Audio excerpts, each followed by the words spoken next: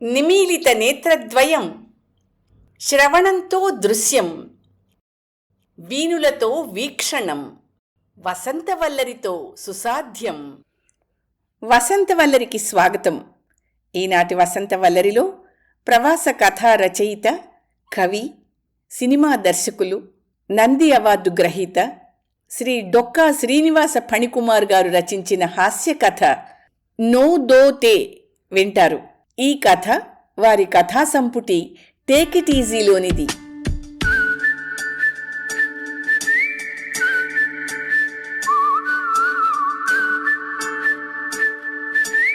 ఒసై దంబం దంబం, దోశ తినాలనుందే అన్నాడు చారుమూర్తి బొజ్జగోక్కుంటూ. జగదంబ వంటింట్లోంచి ఓ మాట చూసి, మీ పిలుపు పిచ్చికలెత్తుకెళ్ళా, ఆ పిలుపేమిటండి దంబం దంబం అంటూ, ఏదో స్తంభాన్ని పిలిచినట్టు అని ఇంకా ఏదో అనబోతూ ఉంటే మధ్యలో అందుకుని, అవునే, పెళ్ళప్పుడు వేపబెత్తంలా ఉండేదానివి, ఇప్పుడు ప్రహ్లాదుడింట్లో స్తంభంలాగా డెవలప్ అయ్యావు గదే, అందుకే సరదాగా అన్నాడు చారు. దిక్కుమాలిన సరదాలకేం గాని, దోశ అంటే ఇలా చిటికేస్తే అలా వచ్చేస్తుందా ఏమిటి? పప్పు నానబోయాలి, రుబ్బాలి, పెనం కాలాలి, దోశ వెయ్యాలి, మీకు తెలీదు అంది ఆందోళనగా. నాకు తెలుసే, కానీ ఈ వెధవ జిహ్వకి తెలీదు, తెగలాగేస్తోంది. సరే సరే, మన టీడీలిద్దరినీ త్వరగా రెడీ చేయి, అదే మన ట్యాక్స్ డిడక్టబుల్స్, ఏదన్నా హోటల్కి పోయి దోశ తినొద్దాం అన్నాడు చారు. దోశ అంది మొదటి టీడీ, ప్రపంచంలో అంతకన్నా చండాలమైనదేదీ లేదన్నట్టు మొహం పెట్టి.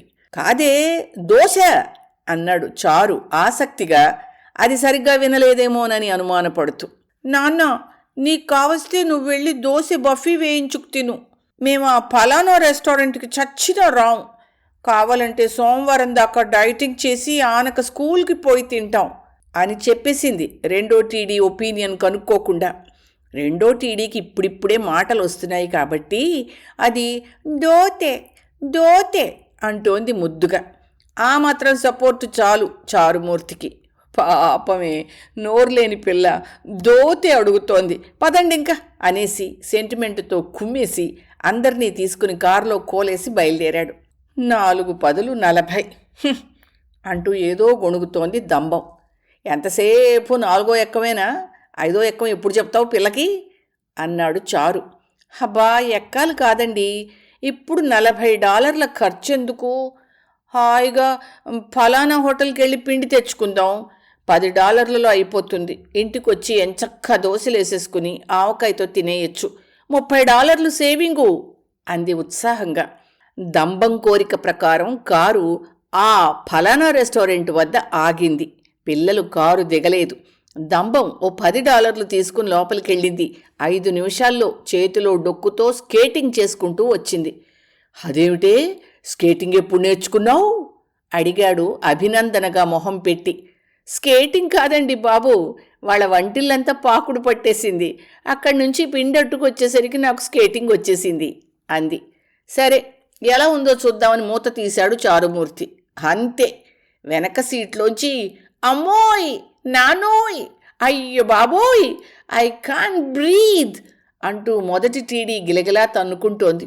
జగదంబ మొహంలో ఏ భావాలు లేని నాన్ లోకల్ హీరోయిన్లా నిలబడింది.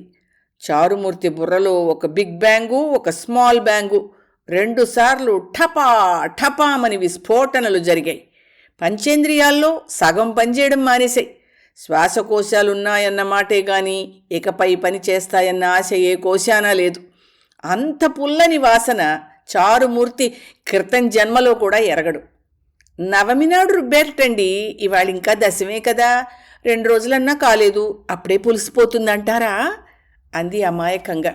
హోసిని సంజాయిషి సంతకెళ్ళ, వాళ్ళు బహుశా శ్రీరామనవమి రోజున రుబ్బుంటారే, ఇవాళ విజయదశమి, నా మాట విని ఆ డొక్క అవతల పారేసి కారు ఎక్కు, మళ్ళీ కారు కడిగించుకోవాల్సి వస్తే 100 సమర్పించుకోవాలి అనేసి ఆవిడ్ని పంపించాడు. ఆవిడ ఆ డొక్క అవతల పారేసి వచ్చి కారెక్కింది దిగాలుగా. ఇవేవీ తెలియని రెండో టీడీ ఇంకా దోతే దోతే అంటోంది ముద్దు ముద్దుగా. దాని కమిట్మెంట్ చూసి ముచ్చటేసింది చారుమూర్తికి. సరే, దాని మాట ఎందుకు కాదనాలి, అనుకుంటూ మరో రెస్టారెంట్ వాకిట్లో వాలిపోయాడు 5 నిమిషాల్లో. అందరూ లోపలికెళ్ళి కూర్చునేసరికి 10 నిమిషాలయింది. ఆనకవాడు దిక్కుమాలిన అప్పడాలు ఓ కుళ్ళు వెదురు బుట్టలో పెట్టి పట్టుకొచ్చాడు. అప్పటికే నకనకలాడుతోంది అందరికీ. సరే, ఎవరికి కావాల్సింది వాళ్ళు ఆర్డర్ చేసుకున్నారు. ఆర్డర్ తీసుకుని మాయమైపోయాడు ఆ వెయిటర్గాడు. ఇంకా చూడండి, 5, 10, 15 అరగంట గడిచిపోయింది. అప్పడాలెప్పుడో అయిపోయాయి. వెదురు బుట్ట కూడా సగమే మిగిలింది. చారుమూర్తికి సహనం చచ్చిపోతోంది. ఓ మాట లేచి, సంభవం నీకే సంభవం అని పాట మొదలెట్టాడు పిడికిలి బిగించి. వేరే కుర్రాడు పరిగెత్తుకుంటూ వచ్చి, తెస్తున్నా సార్, తెచ్చేస్తున్నా అంటూ కూర్చోబెట్టాడు. మరో 10 నిమిషాలకి నిజంగానే తెచ్చేశాడు అప్పడాలు. హొరేయ్, నాకు కావలసింది దోశరా, దోశ అన్నాడు చారుమూర్తి కటకటాల రుద్రయ్యలో కృష్ణరాజుల. కుర్రాడు లాంగ్ జంప్ చేసి కిచెన్లోకి వెళ్ళిపోయాడు. అందరూ ఆవేశంగా ఆ దిక్కుమాలిన మిరియాల అప్పడాలు కరకర నవిలి ఉమ్మేస్తున్నారు. కుక్కలు కూడా తినవురా ఈ అప్పడాలు అన్నాడు ఆవేశంగా చారుమూర్తి. అందుకే సార్ లోపల సర్వ్ చేస్తున్నావు అనేసి పారిపోయాడు కుర్రాడు. మొదటి టీడీ అప్పటికే సొమ్మసిల్లి పడిపోయింది. దంభం 4వ ఎక్కం చదవడం మానలేదు. రెండో టీడీ మాత్రం ముద్దుగా దోతే దోతే అంటోంది. దాన్ని చూసి కోపం చల్లారిపోయింది చారుమూర్తికి. దాంతో కాస్త కష్టం సుఖం చెప్పుకుందామనిపించి, అవునమ్మా, దోతే నీకు, అమ్మకి మతాలా దోతే, అక్కకి ప్లెయిన్ దోతే, నాన్నకి రవ్వ దోతే అని ఆప్యాయంగా ఆ శాల్తీని ఓ మాట ముద్దెట్టుకున్నాడు. అప్పటికి గంట గడిచింది. అప్పుడు మసాలా దోశ వచ్చింది. దంభము పిల్లమోహం మీద నీళ్లు జల్లి లేపి ఆ దోశ దానికి తినిపించడం మొదలెట్టింది. మెల్లగా మిగిలినవి కూడా వచ్చాయి. ఆ క్షణంలో దేవుడున్నాడు అనిపించింది చారుమూర్తికి. తన ఆర్డర్ ఆబగా తీసుకున్నాడు. ఆదరాబాదరాగా తిందామని చెయ్యి పెట్టాడు. ఇదేమిటి, అందరికీ స్టీల్ ప్లేట్లలో ఇచ్చి నాకు ప్లాస్టిక్ ప్లేట్లో ఇచ్చాడు, అది కూడా విరిగి ముక్కలైపోయిన ప్లాస్టిక్ ప్లేట్లో. చెయ్యి అనుకుంటూ వెయిటర్ని పిలిచాడు. ఏమయ్యా, ప్లాస్టిక్ ప్లేట్లో ఇస్తే ఇచ్చావు, మరి ఇంతల్లా బీటలు తీసి ముక్కలైపోయిన దానిలో ఇస్తే ఎలాగయ్యా, చెయ్యి కట్టయిపోదు అన్నాడు ఆందోళనగా. సార్, అది ప్లేటు కాదు సార్, అదే మీ రవ్వా దోశ, దాని కింద స్టీలు ప్లేట్ ఉంది సార్, చూసుకోండి అనేసి వాడు జంపు. మూర్తి చూశాడు. నిజంగానే స్టీల్ ప్లేట్ ఉంది. పైన చూశాడు. ఖచ్చితంగా ప్లాస్టిక్ ముక్కలే ఉన్నాయి. దీన్ని రవ్వ దోశ అని ఏ యుగంలో అనేవారో అతనికి ఎంత ఆలోచించినా అర్థం కాలేదు. ఇంతలో మిగిలిన వాళ్ళు తిండి కార్యక్రమం ముగించారు. ఇంక వెళ్దామా అంది దంభం. ఎవరికి వారౌ స్వార్థంలో టింగ్ టింగ్ టింగ్ అంటూ ఆర్కెస్ట్రాతో సహా పాడుకుంటూ బాధపడుతున్నాడు మూర్తి. ప్లేటు చూస్తే కడుపు తరుక్కుపోయింది. ఆ ప్లాస్టిక్ ముక్కల్ని కసిగా నలిపి పొడి చేసి పారేశాడు. ఆ పొడిని నీళ్లున్న గ్లాసులో వేసి బాధగా నిట్టూర్చి, ఈ దరిద్రుడికి అస్సలు టిప్పు వెయ్యను అనుకుంటూ లేచాడు. వెయిటర్ వచ్చి ఆ పొడి వేసిన నీళ్ల గ్లాసుని జాగ్రత్తగా లోపలికి తీసుకెళ్ళిపోయాడు. మర్నాటికి మళ్ళీ వాడచ్చనే సదుద్దేశంతో. కౌంటర్ దగ్గర బిల్లు 4 టిప్పు 6 వాడే కలిపేసుకున్నాడు.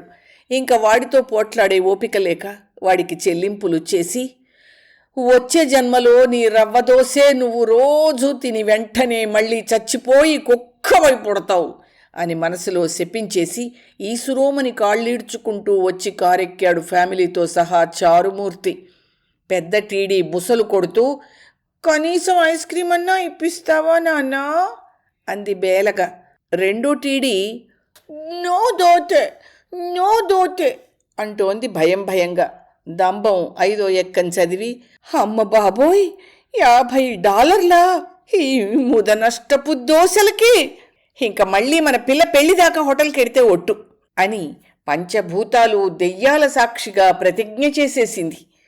మూర్తి ఇంటికెళ్ళి బుద్ధిగా పప్పు నానబెట్టుకుని గ్లాసులో మజ్జిగ కలుపుకొని తాగి పడుకున్నాడు. మర్నాడు దంభం వెయ్యబోయే హోమ్లీ దోశలు పల్లీ పచ్చడి రుచి ఊహించుకుంటూ. పాపం రెండో టీడీ మాత్రం నిద్రలో కూడా పలవరిస్తూనే ఉంది, నో దోతే నో దోతే అంటూ.